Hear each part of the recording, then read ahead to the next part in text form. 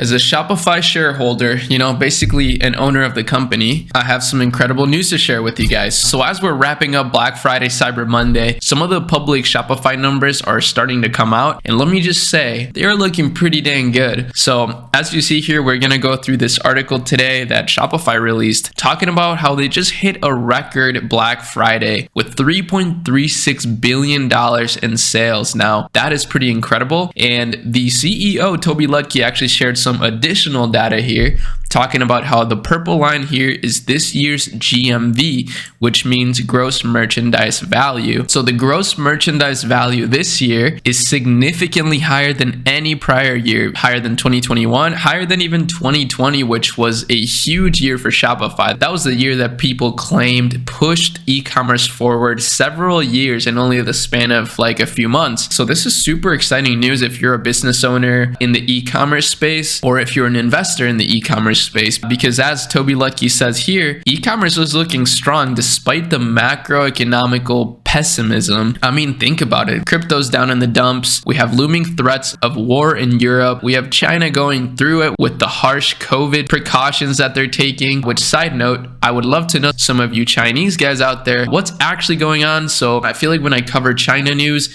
there's always people that tell me the reality, people that actually live in China that can tell us the truth, because here in the Western world, it seems like we never really get the truth. So I would love for you guys out there in China to let us know in the comments what's really going on, and maybe I'll do another video about it. As its peak, merchants on Shopify saw sales of 3.5 million per minute at 12:01 p.m. Eastern time on Black Friday. 3.5 million per minute. Some top selling countries and cities where shoppers made purchases from: United States, United Kingdom, and Canada. So these were the three top locations. This is really good for targeting, by the way. And the top selling cities on Black Friday were London, New York, and Los Angeles. Wait, this is actually really interesting data right here. It makes me want to test some interesting stuff when it comes to paid media, maybe some hyper targeting stuff. But this goes to show, if you have a business, a brick and mortar business in these cities, you should be taking advantage of paid media, because clearly there's huge demand for shopping in those cities. I mean, especially judged by this data that we're seeing. Here's some even more interesting data: the top product categories. So apparel and accessories, followed by health and beauty and home and gardening, with trending products including Snocks, Rhode, and Brooklinen. So let's actually take a look at these products. So Snocks is just the boxer brief store. That was a trending product. Rhode, so this is Hailey Bieber's brand, I believe. Whoa, this actually looks pretty cool. They also trended really hard on this day. And then Brooklinen, of course, as well, is just the sheets brand. So they have a bunch of comforters and sheets for your bed. Really cool. Wow, that's very interesting. So the average cart price was $100 or $105 on a constant currency basis. This is actually interesting, because I find that whenever a brand, especially as a creative agency owner, we work with a lot of different brands, and I find that the ones that are the easiest to scale have average order values between $50 and $100. So this actually does reflect that quite well. I mean, obviously this was a huge sale period, so people are bound to spend more than they usually do, but still, that's very interesting data. But again, very exciting news, and the Shopify stock definitely did see a significant surge because of this morning. It rallied nearly 9%, and now it's come back down to only about 3%,